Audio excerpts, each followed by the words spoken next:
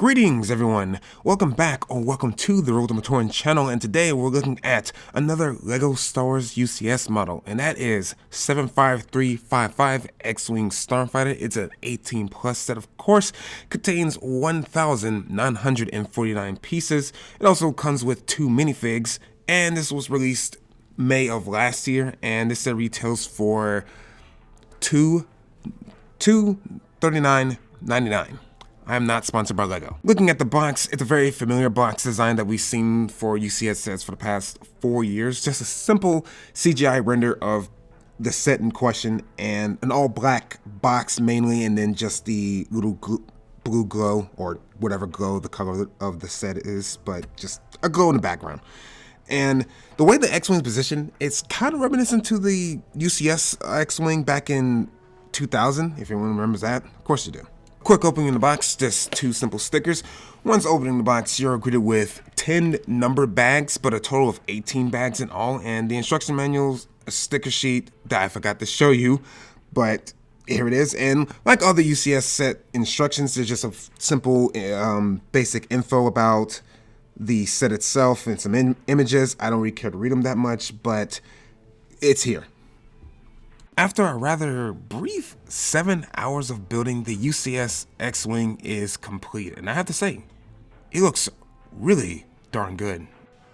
So looking at this thing is really long.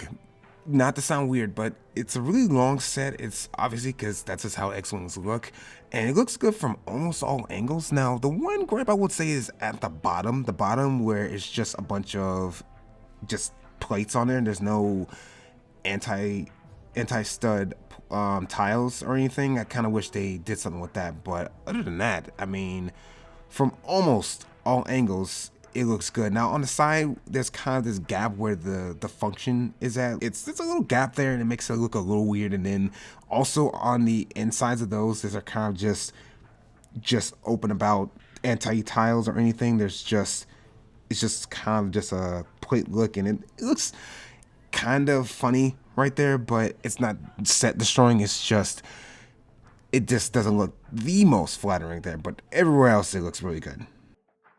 Real quick, I just wanted to mention about the nose of the X-Wing, and the color mainly is the issue. The design itself looks really good, but my only gripe is that it is white, and the images they show is kind of like, it's grayish color. It's like a more grayish blue color, but in the actual set, it's white. And I wouldn't make a big deal out of it, but the only reason why I am is because literally in the instructions, they really have an image of the X-Wing and the nose is gray. So that's my only complaint, but other than that, it's a great design.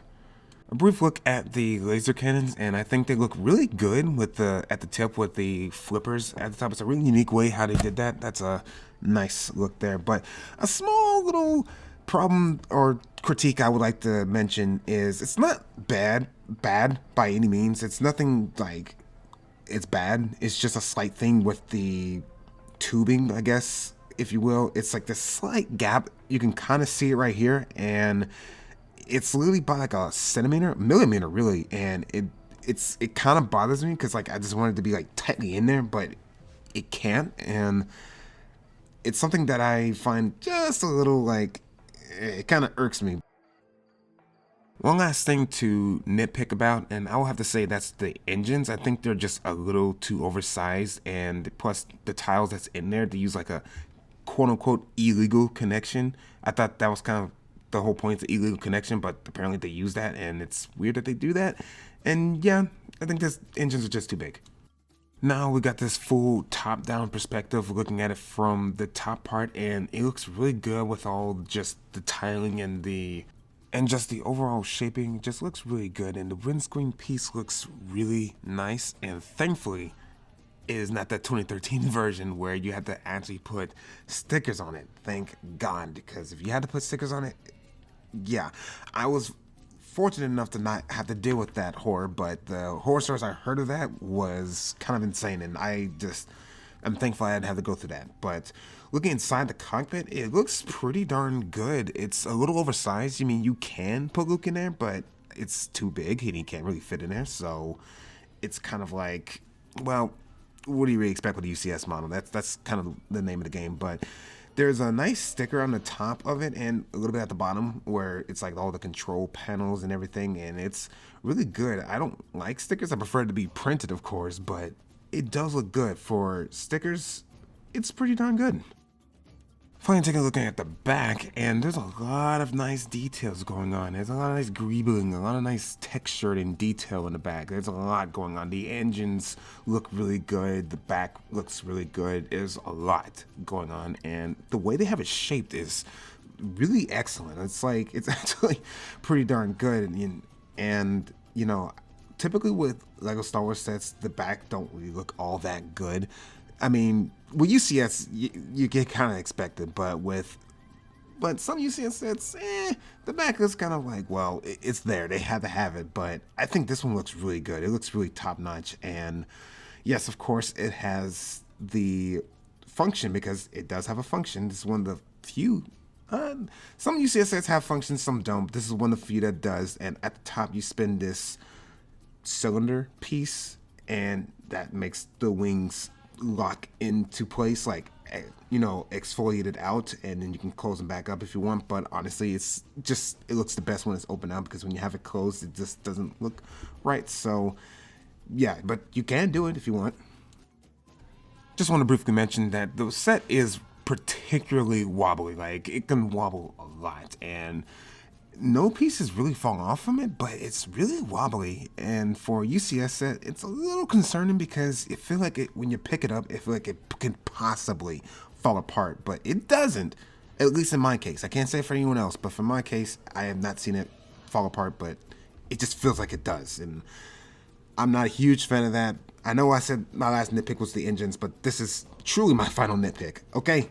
Okay, wanted to briefly look at the display plaque, and it looks really good. Of course, you can take a picture and read all the special stuff about it, but this is a printed display plaque. This is the set that introduced that. Obviously, you all know that, but I had to at least mention it. And I already reviewed another set that already actually showed the display plaque being printed on, and that was with the UCS vendor, but this is the set that actually introduced it because, well, this is when they started doing it, and it looks so good. I really do like it, and seriously, Lego, keep up with that.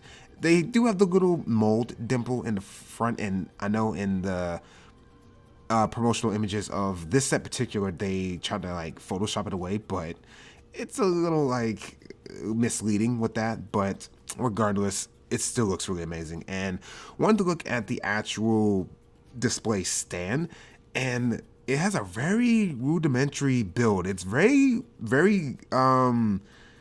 stylistic, to say the least. It kind of reminds you of like the early 2000s, honestly, with the very blocky shape that it is, but it's not so bad because it has a really, the way it's designed, it has a pretty cool little feature that it can do, and I'm just about to show it. And yes, there's a little spot where you can put Luke at, and honestly, that's the only thing that makes the display stand looks a little weird, especially if you don't have Luke on there. Actually, it looks better when you don't have him on there. When you have him on there, it kind of makes it look weird, so it's better to have him off.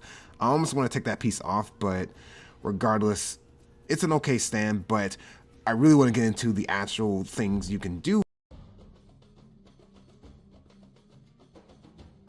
Honestly, this is one of my favorite things when it comes to this set, honestly, is the stand and how you can put the X-Wing in different angles, and you can take it off from the little hole that's at the bottom of the model, and you can put it in various different ways. You can put it in 4 different ways. This is the typical standard way where you can just have it shooting up, and the other ones is like you can have it on each side, like leaning to the right or the left, or you can have the nose facing down, and it looks so good in either really any position.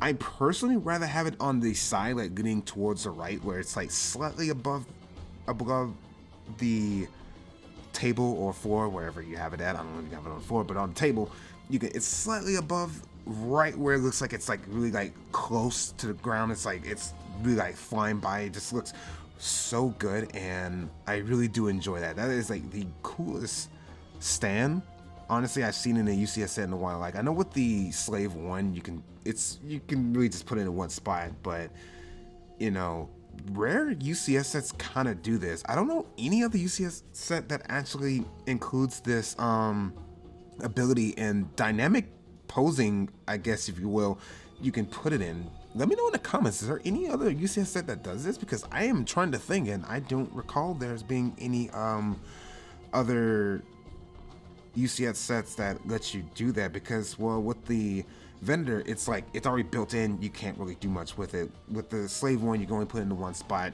The Razor Crest don't even have it.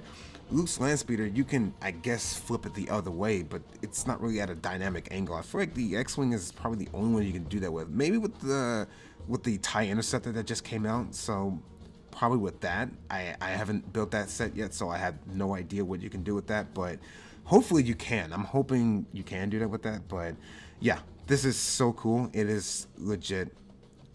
Honestly, my favorite thing to do with the set is just change it in different different angles on the stand, because it's really good, okay? I really like it.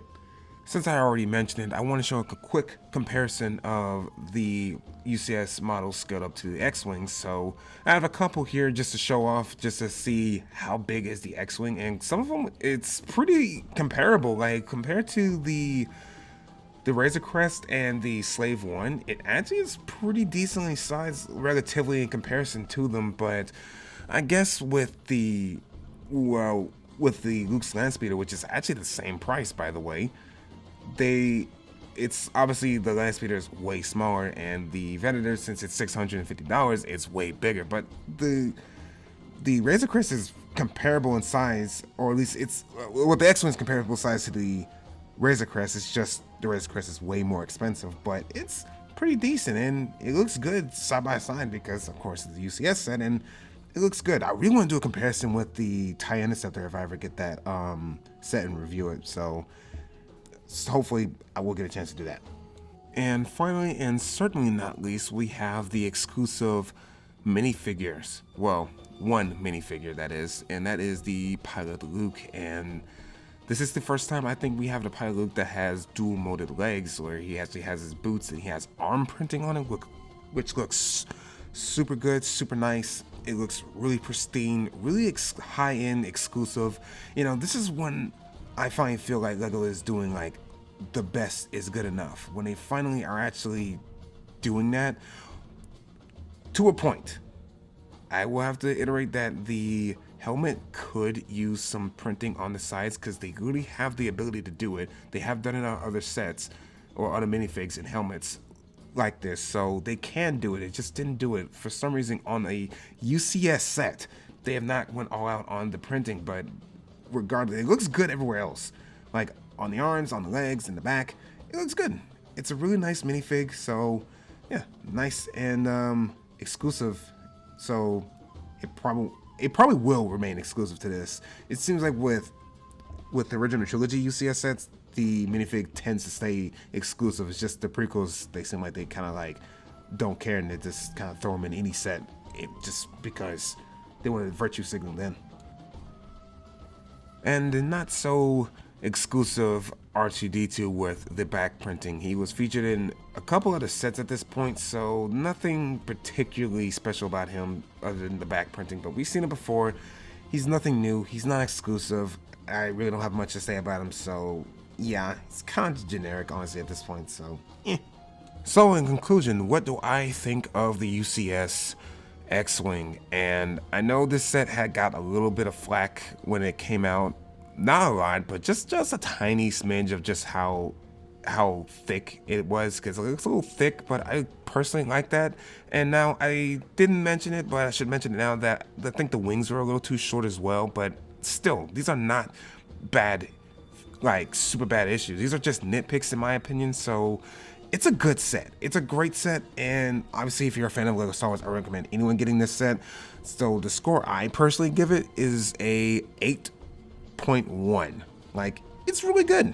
I don't think it's better than the Venator, no, certainly not, but I do think this is a really good set. And honestly, in some ways, I would say it's a little bit better than the Venator, but not like in design wise. By just, I would say playability, because you really don't play with a UCS set, but just with the, like, just how easy it is to pick it up, and you don't feel like you're about to break it or drop it, and it's a bit more comfortable to just move it around. So I think that's also really good. And yeah, I think this is a great set.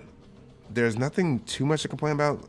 I have a few nitpicks, but obviously you already heard them throughout the video, so that's all I'm gonna say. So thank you all so much for watching. Those have been my thoughts, obviously. Tell me yours down in the comments because I read every single comment, and join me next time when I look at either Bionicle or Star Wars or Ninjago or whatever else I feel like doing at the moment. So just join me next time, please, and like and subscribe, and I'll see you all in the next video, and I bid you all adieu.